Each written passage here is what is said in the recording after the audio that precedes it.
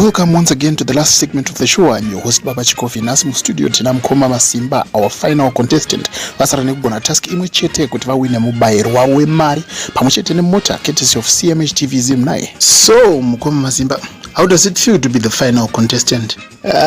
Blazen maitwa sekwe. I will not waste that time. Titipsire gwezendra chotinzwe kambunge yacho kuda tunoshanda fast. Lovely. Tendre mberi nechirongwa task yedu yakamira yakadai nasi.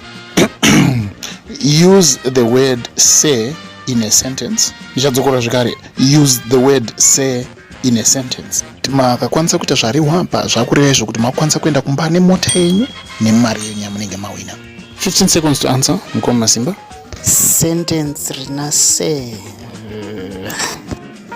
Ita se unononga.